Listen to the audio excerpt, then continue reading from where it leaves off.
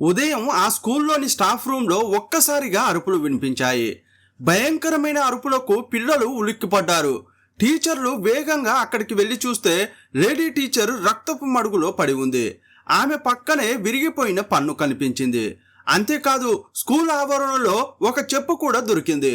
ఆ టీచర్ చేతిలో మరికొన్ని వెంట్రుకలు దొరికాయి. వాటిని క్లూస్గా మార్చుకుని పోలీసులు ఇన్వెస్టిగేషన్ చేశారు. ఆ రోజు 2024 నవంబర్ 20. అది తమిళనాడులోని తంజావూరు జిల్లా సేతుబావా చత్రం. అక్కడున్న పోలీస్ స్టేషన్కు ఒక కాల్ వచ్చింది. ఉదయం సుమారు 10:30 గంటల సమయంలో మల్లిపట్నం హై స్కూల్ నుండి ఆ కాల్ వచ్చింది. కాసేపట్లోనే పోలీసులు అక్కడికి చేరుకున్నారు. ఇన్స్పెక్టర్ జీపు దిగగానే ఉపాధ్యాయులు పరిగెత్తుకుంటూ వచ్చి స్టాఫ్ రూమ్ వైపు తీసుకెళ్లారు. స్టాఫ్ రూమ్ బయట కొంతమంది టీచర్లు నిలబడి ఉన్నారు. ఇన్స్పెక్టర్ లోపలికి వెళ్ళినప్పుడు అక్కడ భయంకరమైన దృశ్యం కనిపించింది. ఒక లేడీ టీచర్ రక్తపు మడుగులో పడి ఉంది. ఆమె కడుపులో పొడిచారు. నిశితంగా పరిశీలిస్తే ఆమె గొంతు కూడా కోసి ఉంది. మృతదేహాన్ని కాసేపు గమనించిన తర్వాత ఇన్స్పెక్టర్ బయటకు వచ్చాడు.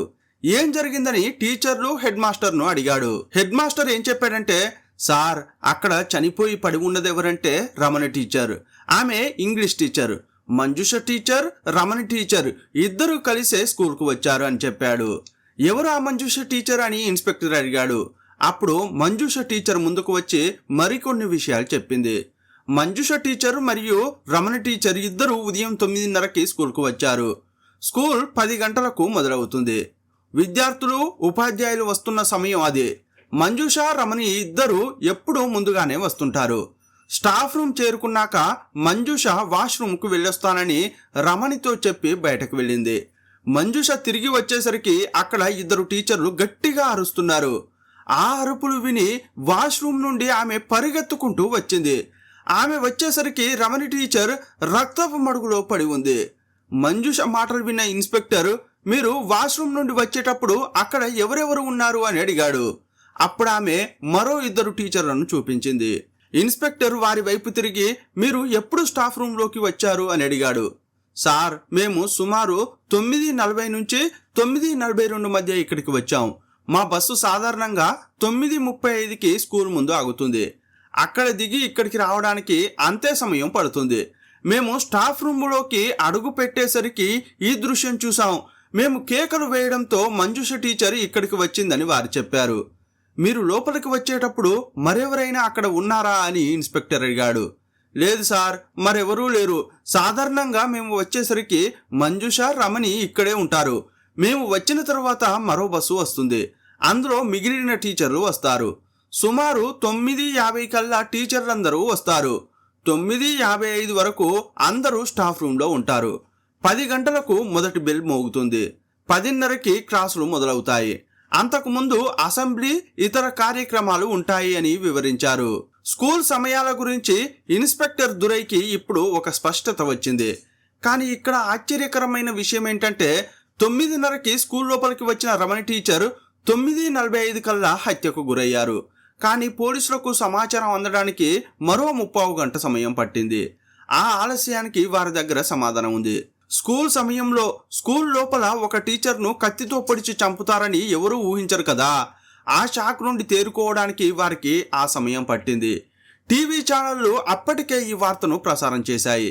ఈ వార్త కాసేపట్లోనే వైరల్ కావడంతో ఉన్నతాధికారులు కూడా అక్కడికి చేరుకున్నారు. ఈలోగా టీచర్లు చర్చించుకుని పిల్లలకు సెలవు ప్రకటించారు. ఇంతలో ఫోరెన్సిక్ నిపుణులు అక్కడికి చేరుకున్నారు. వారితో పాటు డాగ్ స్క్వాడ్ కూడా అక్కడికి వచ్చింది.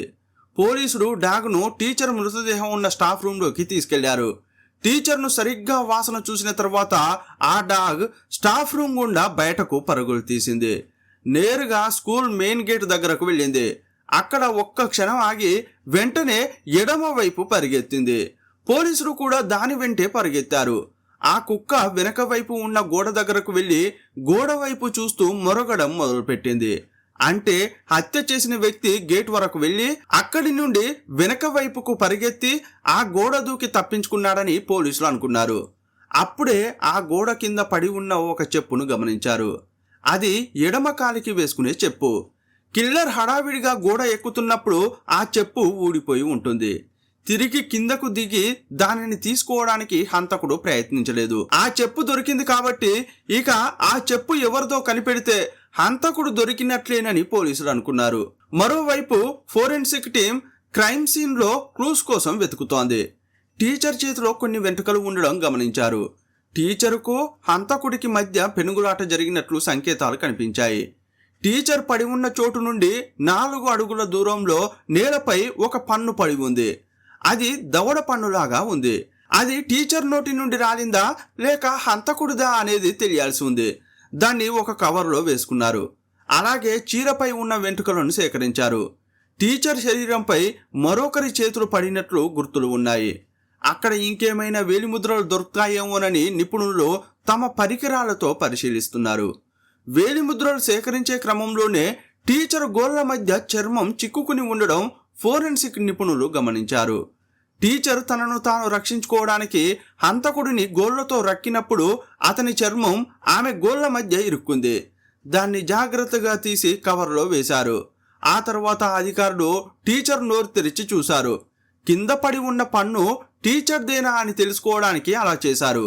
కానీ అది టీచర్ పన్ను కాదు. కింద పడి ఉన్న ఆ పన్నుపై రక్తం అంటుకుని ఉంది. అంటే అది ఇప్పుడిప్పుడే ఊడి ఉండాలి. కాబట్టి అది హంతకుడి పన్నే అయి ఉండాలని అనుకున్నారు. ఇప్పుడు హంతకుడి చెప్పు, వెంట్రుకలు, చర్మంతో పాటు పన్ను కూడా దొరికింది. ఇవే కాకుండా నేలపై టీచర్ బ్యాగ్, ఫోన్ పడి ఉన్నాయి. టేబుల్ మీద ఉన్న టీచర్ బుక్స్ చెల్లాచెదురుగా పడి ఉన్నాయి. పోలీసులు వాటన్నింటినీ ఫోటోలు తీసుకున్నారు. ఆ తర్వాత మృతదేహాన్ని పోస్టుమార్టంకు పంపించారు.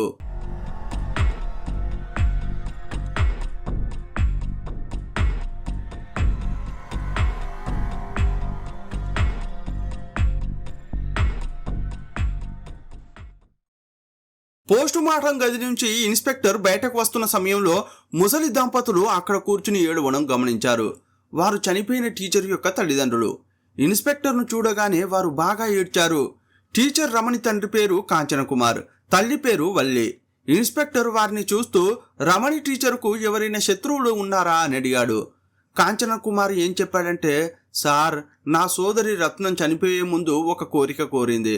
తన కొడుక్కి నా కూతుర్ని ఇచ్చి పెళ్లి చేయాలని అడిగింది. నా సోదరికి రమణి అంటే చాలా ఇష్టం. చిన్నప్పటి నుంచి నేను, నా భార్య, నా సోదరి ఈ విషయం గురించి మాట్లాడుకునేవాళ్ళం. రమణి పెద్దయ్యాక రత్నం కొడుకుకే ఇచ్చి పెళ్లి చేయాలనేది మా కోరిక. కానీ వాడు పెరిగే కొద్దీ చెడు సావాసాలకు, అలవాట్లకు బానిసయ్యాడు. అందువల్ల వాడికి ఎట్టి పరిస్థితుల్లో రమణిని ఇచ్చి పెళ్లి చేయకూడదని నిర్ణయించుకున్నాం. ఈ విషయం వాడికి తెలిసినప్పుడు వాడు చాలా కోపంతో ఊగిపోయాడు. నువ్వు నన్నే పెళ్లి చేసుకోవాలని రమణిని చాలాసార్లు బెదిరించాడు. దీనంతటిని బట్టి చూస్తుంటే నా మేనల్లుడిపైనే మాకు అనుమానంగా ఉందని కాంచన కుమార్ చెప్పాడు. అప్పుడు ఆయన భార్య వల్లి ఏం చెప్పిందంటే, సార్, నిన్న రాత్రి మరో భయంకరమైన సంఘటన జరిగింది. మా కూతురు రమణికి నిన్ననే ఒక మంచి సంబంధం చూసి పెళ్లిని ఖాయం చేశాం. ఈ విషయం రత్నం కొడుకు మదన్కు తెలిసింది. నిన్న సాయంత్రం వాడు పూటుగా తాగి మా ఇంటి మీదకు వచ్చాడు. తాగిన మైకంలో ఊగిపోతూ పెద్ద గొడవే చేశాడు. వాడు చేస్తున్న రభస చూసి జనమంతా వాడిని తిట్టి బలవంతంగా పక్కకు లాక్కెళ్లారు. వాడు పెద్ద తాగుబోతు అని మాకు తెలుసు. కానీ ఇలా మా కూతురు ప్రాణం తీస్తాడని మేము కలలో కూడా అనుకోలేదు అంటూ బోరున విలపించింది. ఇన్స్పెక్టర్ ఆమెను శాంతింపజేసి ఒక ప్రశ్న అడిగాడు. అంటే రత్నం కొడుకు మదనే ఈ హత్య చేశాడని మీరు ఖచ్చితంగా నమ్ముతున్నారా అని అన్నాడు. అప్పుడు వల్లి ఏం చెప్పిందంటే, సార్, నిన్న ఊరి జనం వాడిని పక్కకు లాక్కెళ్తుంటే వాడు అందరి ముందు గట్టిగా ఒక మాట అన్నాడు. నాకు దక్కనిది వేరే ఎవరికీ దక్కనివ్వను అని కేకలు వేశాడు. వాడికి మొదటి నుండి మా కూతురు రమణిని పెళ్లి చేసుకోవాలని విపరీతమైన ఆశ ఉండేది. మేము వాడికిచ్చి పెళ్లి చేయలేదని, రమణిని వేరే ఎవరు పెళ్లి చేసుకోకూడదనే ఉద్దేశంతో వాడే ఈ హత్య చేసి ఉంటాడని ఆమె చెప్పింది. వారు చెప్పేదంతా పోలీసులు నోట్ చేసుకున్నారు. టీచర్ చనిపోయి అప్పుడే ఒక రోజు గడిచింది. మరుసటి రోజు ఉదయం పోలీసులు మళ్ళీ ఆ స్కూల్కు వెళ్లారు. పిల్లల అల్లరితో సందడిగా ఉండాల్సిన స్కూల్ టీచర్ హత్యకు గురైన సంఘటనతో వణికిపోతోంది. విద్యార్థులు ఆ భయంకరమైన నిజాన్ని ఇంకా జీర్ణించుకోలేకపోతున్నారు. భయంతో సగం మంది విద్యార్థులు స్కూల్కు రాలేదు. పోలీసు బృందం ఇప్పుడు ఆ స్కూల్ పరిసరాలను ప్రతి అంగుళం పరిశీలించింది. నిశితమైన చూపులతో స్టాఫ్ రూమ్ నుండి గ్రౌండ్ వరకు వెతికారు. హంతకుడు దూకి పారిపోయాడని భావిస్తున్న గోడ వరకు ప్రతి చిన్న విషయాన్ని కూడా పరిశీలించారు. ఆ గోడ దాటితే దారి ఎటు వెళ్తుంది, గేటు ముందున్న రోడ్డు ఏ ఏ ప్రాంతాలకు కనెక్ట్ అవుతుంది, ఇలా ప్రతి అంశాన్ని ఒక పద్ధతి ప్రకారం గమనిస్తున్న ఇన్స్పెక్టర్కి ఇప్పుడు ఒక స్పష్టత వచ్చింది. ఈ దారుణం ఉదయం 9:30 నుంచి 9:45 మధ్య జరిగి ఉండాలి. ఎందుకంటే 9:45 దాటిన తర్వాత స్కూల్ వద్ద రద్దీ విపరీతంగా పెరుగుతుంది. 9:45 నుండి చాలా బస్సులు వరుసగా రావడం మొదలవుతాయి. స్కూల్లో ఉదయం 10 గంటలకు మొదటి బెల్, 10:10కి రెండో బెల్, చివరగా 10:20కి మూడో బెల్ మోగుతుంది. ఆ సమయంలోనే ప్రార్థన జరుగుతుంది. అసెంబ్లీకి సరిగ్గా 5 నిమిషాల ముందే పిల్లలందరూ క్లాసుల్లో ఉండేలా బస్సులు స్కూల్ గేటు వద్దకు చేరుకుంటాయి. అంటే ఈ టైం టేబుల్ గురించి, స్కూల్ గురించి హంతకుడికి బాగా అవగాహన ఉందని అర్థమవుతోంది. జనం గుమికూడక ముందే రమణి టీచర్ ఒంటరిగా అక్కడికి వస్తుందని తెలిసిన వ్యక్తి మాత్రమే ఇంత సాహసం చేయగలడు. అందుకే ఆమెను అంతమొందించడానికి అతను చాలా పకడ్బందీగా ఒక వ్యూహాన్ని రచించుకున్నాడు. సరిగ్గా ఆ సమయంలో స్టాఫ్ రూమ్లో ఎక్కువ మంది టీచర్లు ఉండరని అతనికి బాగా తెలుసు. మంజుష టీచర్కు ప్రతిరోజు ఉదయం స్టాఫ్ రూమ్కి రాగానే వాష్రూమ్కి వెళ్లే అలవాటు ఉందని బయట వ్యక్తికి అంత సులభంగా ఎలా తెలుస్తుంది? అంటే హంతకుడు కేవలం రమణి టీచర్నే కాదు, ఆమె పక్కన ఉండే మంజుష టీచర్ అలవాట్లను కూడా చాలా రోజులుగా నిశితంగా గమనిస్తూ రెక్కి నిర్వహించాడని స్పష్టమవుతోంది. ఆ స్కూల్లో స్టాఫ్ రూమ్కి ఆనుకుని వాష్రూమ్ ఉండదు. 2 గదులు దాటి వెళ్తేనే అది వస్తుంది. లేడీస్ వాష్రూమ్ అక్కడే ఉంది. దానికి ఎదురుగా జెంట్స్ స్టాఫ్ రూమ్ మరియు వాష్రూమ్ ఉన్నాయి. హంతకుడు ప్రతి విషయాన్ని ముందే ప్లాన్ చేసుకుని 15 నిమిషాల సమయాన్ని పకడ్బందీగా వాడుకున్నాడని పోలీసులకు అర్థమైంది. ఉదయం సరిగ్గా 9:30 నుండి 9:45 మధ్య దారుణం జరిగిన తర్వాత ఆ వ్యక్తి స్టాఫ్ రూమ్ నుండి ఏమీ తెలియనట్లు కూల్గా బయటకు నడుచుకుంటూ వచ్చాడు. నేరుగా మెయిన్ గేట్ వరకు వెళ్లిన హంతకుడు అకస్మాత్తుగా మళ్ళీ ఎందుకు వెనక్కి వచ్చాడు? ఈ ప్రశ్నకు వెతకాల్సిన అవసరం లేకుండానే పోలీసులకు ఒక సమాధానం దొరికింది. సరిగ్గా 9:45 నుండి 9:50 మధ్య రోడ్డు మీద ఒక బస్సు వచ్చి ఆగి ఉంటుంది. బస్సు వచ్చే శబ్దం వినిపించడం వల్ల లేక ఆ బస్సు నుండి పిల్లలు దిగి స్కూల్ లోపలికి వచ్చేస్తారని భయపడో నిందితుడు వేగంగా గేటు నుండి వెనక్కి మళ్ళాడు. అది అతను అస్సలు ఊహించని విషయం. తప్పించుకోవడానికి మరో దారి లేక వేగంగా వెనక వైపు ఉన్న గోడ దగ్గరకు వెళ్లి ఆ గోడ దూకి తప్పించుకున్నాడు. కంగారుగా గోడ దూకుతున్న క్రమంలోనే అతని కాలికి ఉన్న చెప్పు అక్కడే పడిపోయింది. అయితే అదే సమయంలో దర్యాప్తు అధికారులకు మరో కీలకమైన విషయం కూడా తెలిసింది. ఈ హత్య చేసిన వ్యక్తికి అంతకుముందు ఇలాంటి నేరాలు చేసిన అనుభవం అస్సలు లేదు. బహుశా ఇది అతని జీవితంలో చేసిన మొదటి హత్య అయి ఉండాలి. ఎందుకంటే ఒక వృత్తిపరమైన హంతకుడు ఎప్పుడు ఇంత తడబడడు అని కనిపెట్టారు. ఒక పోలీసు బృందం స్కూల్ లోపల టీచర్లు, విద్యార్థులను విచారిస్తుంటే మరో బృందం బయట ఉన్న టీ కొట్టు దగ్గరకు వెళ్ళింది. స్కూల్ టీచర్లు, ఇతర సిబ్బంది తరచుగా టీ తాగడానికి ఆ కొట్టుకే వస్తుంటారని గమనించిన పోలీసులు ఆ యజమానికి కొన్ని ప్రశ్నలు వేశారు. ఏమండి, 20వ తేదీన ఉదయం ఎవరైనా కొత్త వ్యక్తులు లేదా అనుమానాస్పదంగా తిరుగుతున్న వ్యక్తులు ఇక్కడ కనిపించారా అని అడిగారు. దానికి ఆ టీ కొట్టు యజమాని కాస్త ఆలోచిస్తూ ఒక విషయం చెప్పాడు. సార్, నిన్న ఉదయం ఇక్కడ చాలా రద్దీగా ఉంది. సాధారణంగానే ఉదయం పూట బస్సులు వచ్చే సమయం కాబట్టి ఇక్కడ జనం విపరీతంగా ఉంటారు. ఆ హడావిడిలో ఎవరిని నిశితంగా గమనించే తీరిక అస్సలు ఉండదు.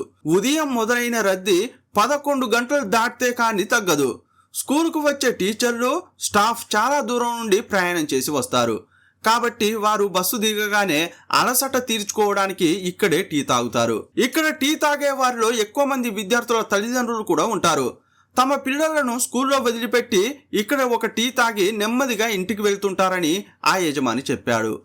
టీ కొట్టు యజమాని మాటలు విన్న పోలీసులకు అక్కడి పరిస్థితులపై పూర్తి అవగాహన వచ్చింది. హత్య జరిగిన సమయంలో అక్కడ చాలా మంది జనం ఉన్నారని అర్థమైంది. కానీ ఎవరైనా కొత్త వారిని చూసారా అని ఎంతగా ఆరా తీసినా రద్దీ వల్ల ఏమీ గుర్తించలేదని టీ కొట్టు యజమాని చెప్పాడు. అప్పుడు పోలీసులు మదన్ ఫోటోను అక్కడున్న జనానికి చూపించారు. ఇతన్ని చూసారా అని అడిగారు. లేదు సార్, ఇతన్ని మేము చూడలేదనే సమాధానమే వచ్చింది. దీన్ని బట్టి పోలీసులకు ఒక విషయం క్లారిటీగా తెలిసింది. హత్య చేసిన వ్యక్తి ఎవరైనా సరే నిశ్శబ్దంగా మెయిన్ గేట్ గుండానే లోపలికి వెళ్ళి ఉండాలి. గోడ దూకి లోపలికి వచ్చే అవకాశం చాలా తక్కువ. ఎందుకంటే ఎవరైనా గోడ దూకి లోపలికి వస్తుంటే చూసేవారికి అనుమానం కలిగిస్తుంది. అతనికి స్కూల్ వాతావరణం గురించి చాలా బాగా తెలుసు. ఉదయం వేళ గేటు తెరిచే ఉంటుందని, టీచర్లు ఒక్కొక్కరుగా లోపలికి వస్తారని, అందరూ కలిసి రావడానికి కొంత సమయం పడుతుందని అతనికి ముందే తెలుసు. అందుకే అతను ఎవరికీ అనుమానం రాకుండా పద్ధతిగా లోపలికి వెళ్ళి ఎవరికంటా పడకుండా ఎక్కడో రహస్యంగా దాక్కుని ఉండి ఉంటాడు. ఈ ఆలోచన రాగానే పోలీసుల దృష్టి సహజంగానే స్కూల్ సెక్యూరిటీ గార్డ్ మీదకు మళ్ళింది. స్కూల్ గేటు దగ్గర ఒక సెక్యూరిటీ గార్డ్ ఉన్నాడు. అతను ఖచ్చితంగా లోపలికి వెళ్లే వారిని గమనిస్తాడు కదా అని అనుకున్నారు. నిజానికి మొదటి రోజు హడావిడిలో పోలీసులు ఈ సెక్యూరిటీ గార్డును విచారించడం మర్చిపోయారు. ఇప్పుడు అతన్ని పిలిచి విచారించారు. సార్, నేను రోజు ఉదయం గేటు తెరిచిన తర్వాత ఫ్యూన్తో కలిసి గదిలో తలుపులు తెరుస్తాను. ఈ పనులన్నీ పూర్తి చేసిన తర్వాత కాసేపు టీ తాగడానికి బయటకు వెళ్తాను. నేను టీ తాగి వచ్చేసరికి అసెంబ్లీ మొదలవుతుంది. నేను ప్రతిరోజు చేసే పని ఇదే సార్ అని సెక్యూరిటీ గార్డు వివరించాడు. మరి ఆ దారుణం జరిగిన 9:30 నుండి 9:45 మధ్యలో నువ్వు అసలు ఎక్కడున్నావు అని ఇన్స్పెక్టర్ అడిగాడు. దానికి అతను, సార్, నేను ఉదయం 9:15 వరకు గేటు దగ్గరే ఉన్నాను. ఆ తర్వాత స్కూలు వెనక వైపు అంతా సరిగ్గా ఉందో లేదో చూడడానికి వెళ్ళాను. సుమారు 9:30 గంటల సమయంలో మంజుష టీచర్, రమణి టీచర్ ఇద్దరూ కలిసి స్కూల్కు రావడం నా కళ్ళతో చూశాను. వారు స్టాఫ్ రూమ్లోకి వెళ్ళడం చూశాక ఇక అందరూ వచ్చేస్తారు కదా అని నేను కూడా ఇదే మెయిన్ గేట్ గుండా బయటకు వెళ్ళి టీ తాగాను. అప్పుడు సమయం దాదాపు 9:35 అయి ఉంటుంది. నేను టీ కొట్టులో ఉండి టీ తాగుతుండగానే పెద్దగా అరుపులు వినిపించాయి. వెంటనే టీని పక్కన పెట్టి లోపలికి పరిగెత్తుకుంటూ వచ్చాను సార్ అని చెప్పాడు.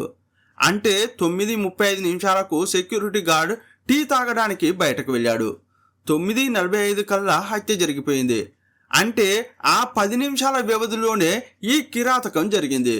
సెక్యూరిటీ గార్డును పోలీసులు మరింత లోతుగా విచారించడం మొదలుపెట్టారు. అతను గేటు నుండి టీ కొట్టు వరకు నడిచి వెళ్లిన దూరం ఎంత, అతనికి టీ ఆర్డర్ చేస్తే చేతికి అందడానికి ఎంత సమయం పట్టింది, అతను ఎంతసేపట్లో టీ తాగాడు, ఇలా ప్రతి సెకండ్ను లెక్కగడుతూ పోలీసులు కేసును ఛేదించే దిశగా అడుగులు వేశారు. ఈ లెక్కలన్నీ పూర్తయ్యాక పోలీసులకు ఒక విషయం అర్థమైంది. ఉదయం 9:40 వరకు స్కూల్లో ఎలాంటి అవాంఛనీయ ఘటన జరగలేదు. అంటే ఆ హత్య సరిగ్గా 9:40 నుండి 9:45 మధ్య ఉన్న ఆ 5 నిమిషాల్లోనే జరిగిపోయింది. రమణి టీచర్ను దారుణంగా పొడిచిన తర్వాత హంతకుడు వేగంగా మెయిన్ గేట్ దగ్గరకు వెళ్ళాడు. కానీ బయటకు వెళ్లకుండా మళ్ళీ భయంతో వెనక్కి ఎందుకు పరిగెత్తాడో పోలీసులకు ఇప్పుడు పూర్తి స్పష్టత వచ్చింది. సరిగ్గా అదే సమయంలో టీ కొట్టు దగ్గర ఉన్న సెక్యూరిటీ గార్డు లోపల వినిపిస్తున్న అరుపులను గమనించి గేటు వైపు పరిగెత్తుకుంటూ వస్తున్నాడు. అతడిని చూడగానే హంతకుడు కంగుతిన్నాడు. సెక్యూరిటీ కంటపడితే దొరికిపోతానని భయపడి లోపల ఎక్కడో ఒక మూలన నక్కాడు. సెక్యూరిటీ గార్డు హడావిడిగా స్టాఫ్ రూమ్ వైపు పరిగెత్తేలోపు అతను నెమ్మదిగా వెనక వైపుకు వెళ్ళాడు. దీన్ని బట్టి చూస్తే స్టాఫ్ రూమ్ దగ్గర టీచర్లు, సెక్యూరిటీ గార్డు అంతా గుమికూడి రక్తపు మడుగులో ఉన్న రమణి టీచర్ను చూసి కంగారు పడుతున్న సమయంలో కూడా హంతకుడు ఆ స్కూలు ఆవరణలోనే వారికి కాస్త దూరంగా దాక్కుని ఉన్నాడు. అందరూ కంగారులో, భయంలో ఉన్నప్పుడు అతను అదును చూసి వెనక వైపు ఉన్న గోడ దూకి పారిపోయాడు. అతను మెయిన్ గేట్ ద్వారా వెళ్తే ఎవరైనా గుర్తుపడతారనే భయంతో వెనక గోడను ఎంచుకున్నాడు. ఇప్పుడు పోలీసులకు అనుమానం బలపడింది.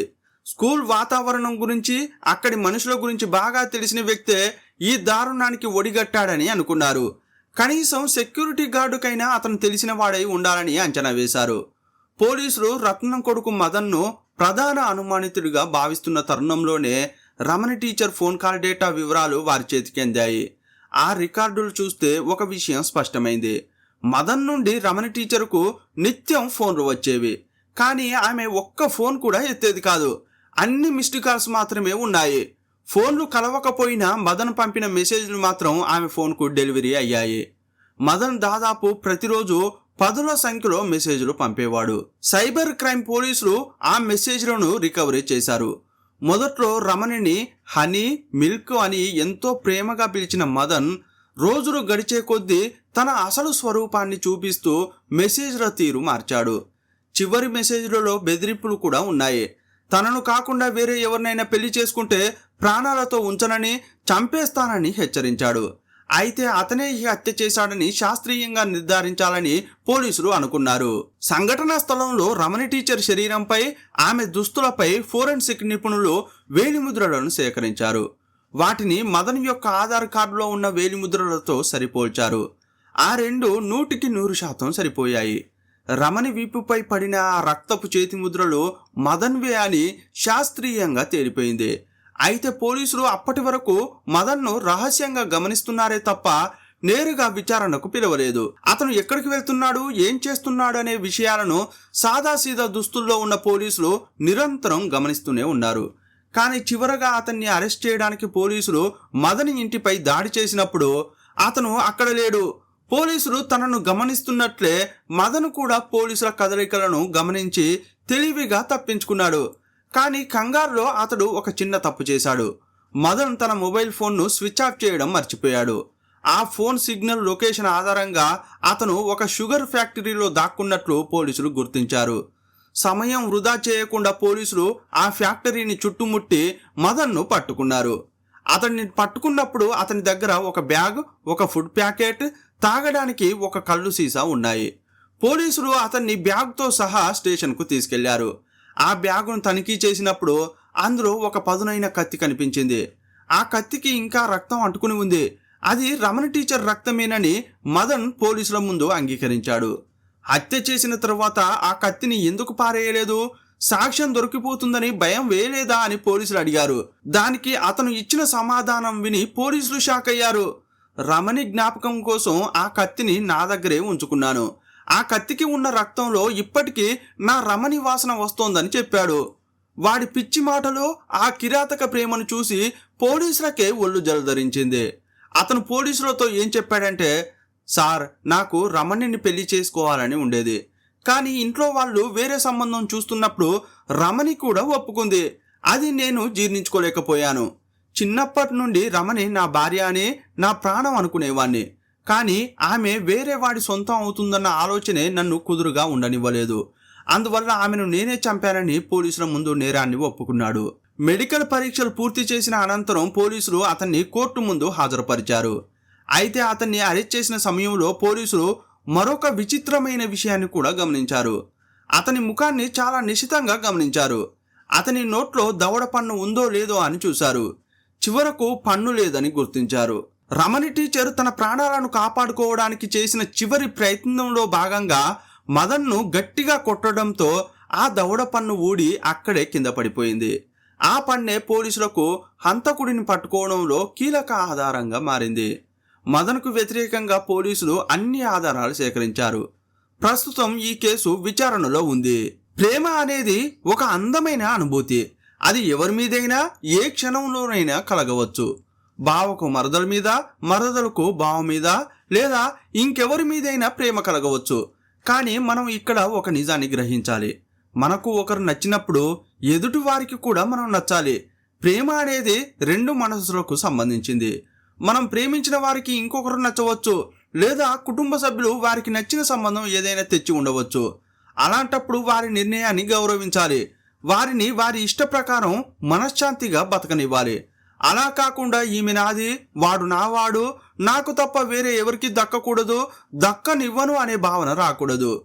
ఒక మనిషిని వస్తువులా చూడడం ఎంతవరకు సమంజసం? ఈ అహంకారమే చాలా ప్రమాదకరమైంది. ఇలాంటి వికృతమైన ఆలోచనలే పచ్చని జీవితాలను బలి తీసుకుంటున్నాయి. దురదృష్టవశాత్తు ఈ రోజుల్లో చాలా మంది యువతీ యువకుల్లో ఇలాంటి ఆలోచనలే కనిపిస్తున్నాయి. ఇలాంటి పొసెసివ్నెస్ కేవలం ప్రేమికుల్లోనే కాదు, భార్యాభర్తల మధ్య కూడా మనం తరచుగా చూస్తుంటాం. నా భర్త, నా భార్య అని ప్రేమగా, బాధ్యతగా అనుకోవడంలో ఎలాంటి తప్పు లేదు. కానీ ఆ భావన ఎప్పుడైతే హద్దులు దాటి ఎదుటివారి స్వేచ్ఛను హరిస్తుందో, ఎప్పుడైతే అది ఒక యజమాని భావనగా మారుతుందో, అప్పుడే ఇలాంటి దారుణమైన ఘటనలు చోటు చేసుకుంటున్నాయి. మన జీవితంలో సంబంధాలను ఏర్పరచుకునేటప్పుడు మనం చాలా జాగ్రత్తగా ఉండాలి. ఈ మధ్య పేపర్ తిరిగేసినా, టీవీ పెట్టినా ఇలాంటి వార్తలే కనిపిస్తున్నాయి. ఎన్నో హత్యలకు ప్రధాన కారణం ఈ పొసెసివ్నెస్సే. ఇంతకాలం నాతో ఎంతో ప్రేమగా మాట్లాడిన ఈ అమ్మాయి ఇప్పుడు నన్ను వదిలేసి వేరే వాడితో ఎందుకు మాట్లాడుతోంది, నన్ను కాదని వేరే వాడిని ఎలా పెళ్లి చేసుకుంటుంది అనే అహంకారంతో కసితో రగిలిపోయి హత్యలు చేస్తున్న యువకులు ఎందరో ఉన్నారు. కేవలం అబ్బాయిలే కాదు, ఆవేశంతో అబ్బాయిలను చంపిన అమ్మాయిలు కూడా ఉన్నారు. నిజానికి ఇదంతా ఒక రకమైన మానసిక జబ్బు లాంటిది. ప్రేమికులు, భార్యాభర్తలు, బావమరుదళ్ళు ఇలా సంబంధం ఏదైనా సరే ఆ సంబంధం బలపడనప్పుడు దాన్ని హుందాగా అంగీకరించాలి. కానీ అది హత్యల వరకు వెళ్ళడం నిజంగా విచారకరం. సమాజంలో ప్రతి ఒక్కరికి వ్యక్తిగత స్వేచ్ఛ ఉంటుంది. దాన్ని గౌరవించే ఆలోచన ప్రతి మనిషిలోనూ ఉండడం చాలా అవసరం. ఏ బంధమైనా బలవంతంగా కొనసాగలేదు. ఆవేశానికి లోనవ్వకుండా పరిస్థితులకు అనుగుణంగా సర్దుకుపోవడమే జీవితం అనే విషయాన్ని ప్రతి ఒక్కరూ గుర్తించాలి. ఈ వీడియోపై మీ అభిప్రాయం ఏంటో కామెంట్ బాక్స్లో రాయండి. మరో వీడియోలో మళ్ళీ కలుసుకుందాం. అప్పటి వరకు సెలవు. జై హింద్.